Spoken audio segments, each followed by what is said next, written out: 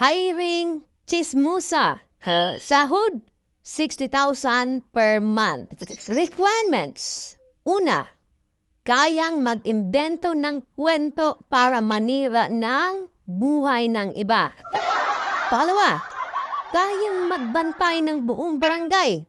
Yung daig pa yung barangay tanod.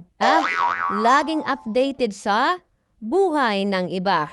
Pangatlo, dapat mabilis mag-report ng chismis. Yung asing bilis ni The Flash. Pang-apat, matalas ang mga mata at pandinig. Na ay malayo ang chismis, nakikita niya at naririnig niya.